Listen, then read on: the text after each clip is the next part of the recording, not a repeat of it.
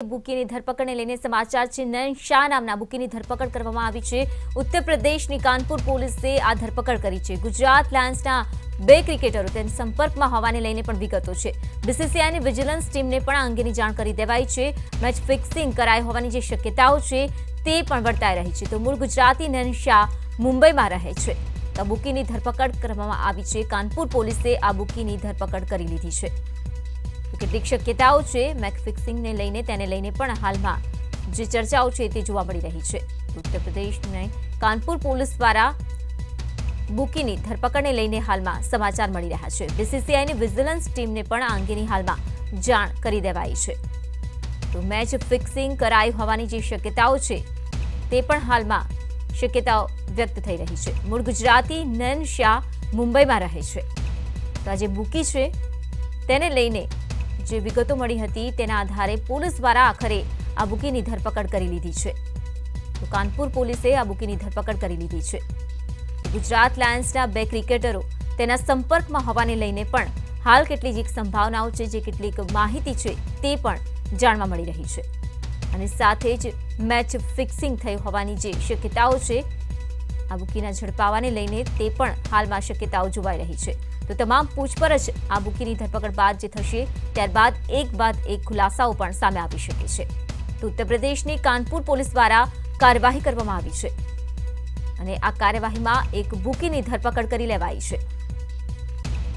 બીસીસીઆઈની vigilance ટીમને હાલમાં જે બુકીની ધરપકડ છે ત્યારબાદની મહત્વપૂર્ણ જે જાણકારી છે તે જાણકારી પણ આપી દેવામાં આવી છે। નયન શાહ નામનો જે આ બુકી છે તેની કાનપુર પોલીસે ધરપકડ કરી છે। તો ખાસ ગુજરાત લાયન્સમાં ક્રિકેટરોને લઈને પણ જે સંપર્ક રહેતો હતો આ બુકીનો તેની કેટલીક વિગતો જાણવા મળી છે। તેને જોતા પણ હાલમાં જે પૂછપરછ છે તે આગળની કાર્યવાહી દરમિયાન થઈ શકે છે।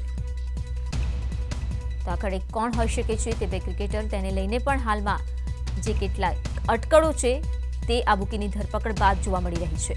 તો ઉત્તર પ્રદેશની કાનપુર પોલીસે કડક કાર્યવાહી કરી અને આ ધરપકડની જે વિગતો છે હાલમાં જાણવા મળી રહી છે। તો ધરપકડના બુકીના અહેવાલો હાલમાં મળી રહ્યા છે। બીસીસીઆઈની વિજિલન્સ ટીમને હાલમાં તમામ જે જાણકારી છે તે આપી દેવાઈ છે। તો સાથે જ મેચ ફિક્સિંગની જે શક્યતાઓ જે સંભાવનાઓ છે તેને જોતા પણ હાલમાં વધુ જે પૂછપરછ છે તે આગળની કાર્યવાહી દરમિયાન જોવા મળશે। નયન શાહ નામનું જે બુકી છે તેને આખરે ઉત્તર प्रदेश कानपुर पुलिस झड़पी लीधो छे।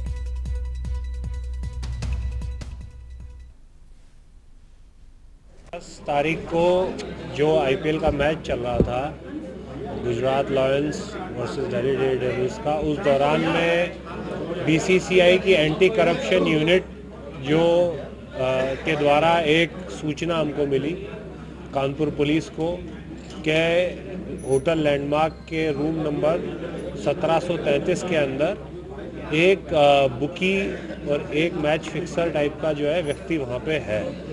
उस पर जब सूचना मिली तो एसएचओ कोतवाली और क्राइम ब्रांच की पुलिस द्वारा होटल लैंडमार्क के अंदर जाकर के रूम नंबर 1733 से 3 व्यक्तियों को गिरफ्तारी की गई है, जिसमें एक का नाम नयन शाह है, एक का नाम रमेश है और एक का नाम जो है विकास चौहान है।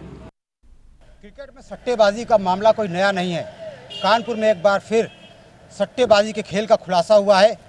जिस होटल लैंडमार्क में दिल्ली डेयरडेविल्स और गुजरात लायंस की टीमें ठहरी हुई थी, वहां से क्राइम ब्रांच ने 2 सट्टेबाजों को और एक ग्रीन पार्क में काम करने वाले कर्मचारी को गिरफ्तार किया है।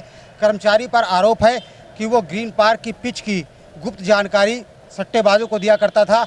इसके अलावा ये सट्टेबाज जो कि मुंबई के रहने वाले बताए जा रहे हैं, वो पिच को प्रभावित करने की कोशिश भी करते थे। उनको आज गिरफ्तार कर लिया गया है।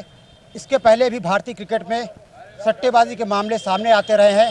भारतीय पूर्व कप्तान मोहम्मद अजहरुद्दीन के ऊपर सट्टेबाजी के दाग लगे थे, उसके बाद उनका करियर तबाह हो गया था। लेकिन सट्टेबाजी का सिलसिला लगातार जारी है। ज़रूरत इस बात की है कि दर्शकों का विश्वास क्रिकेट में बना रहे, इसके लिए इसकी शुचिता बनी रहे। Shyam Tiwari, ETV news, Kanpur.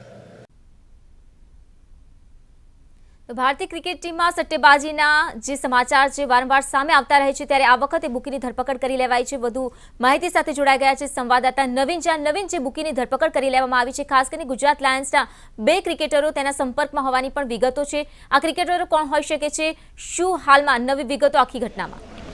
દાદા, જે રીતે સમગ્ર મામલો સામે આવ્યો છે ત્યારે ફરીવાર આઈપીએલ ઉપર સવાલો ઊભા થયા છે, કારણ કે બે વર્ષ પહેલા પણ આ પ્રકારે જે આઈપીએલની અંદર ભૂખીઓનું જે સામ્રાજ્ય ભેગું થયું હતું અને જેમાં 2 ટીમને સસ્પેન્ડ પણ કરવામાં આવ્યા હતા, ત્યારે ફરીવાર ગુજરાત લાયન્સ ઉપર સવાલો ઊભા થઈ રહ્યા છે। કાનપુરની અંદર યુપી પોલીસે જે રીતે 3 ભૂખીઓની ધરપકડ કરી છે અને જેમાં મહત્વની માહિતી સામે આવી છે કે ગુજરાત લાયન્સના 2 ખેલાડીઓ સંપર્કમાં હતા।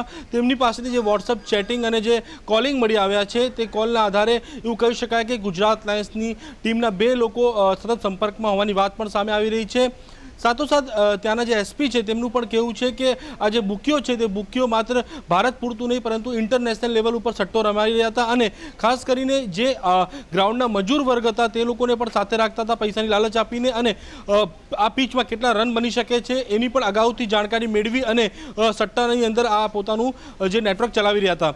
ક્યાંક ક્યાંક ગુજરાત લાયન્સ ઉપર જે સવાલો ઊભા થઈ રહ્યા છે અને હવે ઉત્તર પ્રદેશની પોલીસે બીસીસીઆઈના જે વિજિલન્સ વિંગ છે તેમને પણ જાણ કરી દીધી છે અને વિજિલન્સ વિંગની ટીમ પણ હવે તપાસ કરશે કે કયા ખેલાડીઓ આ બુકીઓના સંપર્કમાં હતા અને કદાચ ક્યાંક ને ક્યાંક નવું પણ માહિતી સામે આવી શકે તેમ છે। બિલકુલથી કયા ખેલાડીઓ સંપર્કમાં હોઈ શકે છે તેને લઈને પૂછપરછ બાદ સામે આવશે, પરંતુ સાથે સાથે મેચ ફિક્સિંગની શક્યતાઓ પણ સેવાઈ રહી છે, તેને લઈને શું કહી શકાય?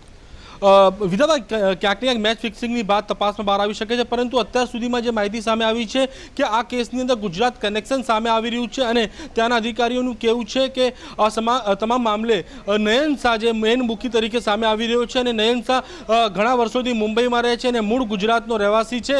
સાથોસાથ ત્યાંની પોલીસનું એ પણ કહેવું છે કે એક હનીફ નામનો ઇન્ટરનેશનલ બુકી છે જે હાલ ગુજરાતમાં છે અને યુપી પોલીસની ટીમ ગુજરાત પર નીકળી ગઈ છે આવવા માટે અને હનીફની ગુજરાતની ધરપકડ થઈ શકે છે, ત્યારે ગુજરાતના અન્ય બુકીઓના નામ પણ સામે આવી શકે તે વાતની નવાઈ નહીં। બિલકુલથી નવીન, આભાર માહિતી બદલ। તો ગુજરાતના અન્ય બુકીઓના નામ પણ સામે આવી શકે છે, ખાસ તો જે ખેલાડીઓ તેના સંપર્કમાં હતા, નયન શાહ નામનું જે બુકી છે જેની ધરપકડ કરવામાં આવી છે તેને જોતા પૂછપરછ જે છે કાર્યવાહી દરમિયાન આ તમામ વિગતો સામે આવશે અને સાથે જ મેચ ફિક્સિંગની જે શક્યતાઓ છે, જે સંભાવનાઓ છે તે પણ આ તપાસ દરમિયાન સામે આવી શકે છે। તો કાનપુર પોલીસે મહત્વપૂર્ણ જે કામગીરી કરી છે, એક બુકીની ધરપકડ કરી છે। તો ગુજરાત કનેક્શન આખી ઘટનામાં સામે આવી રહ્યું છે।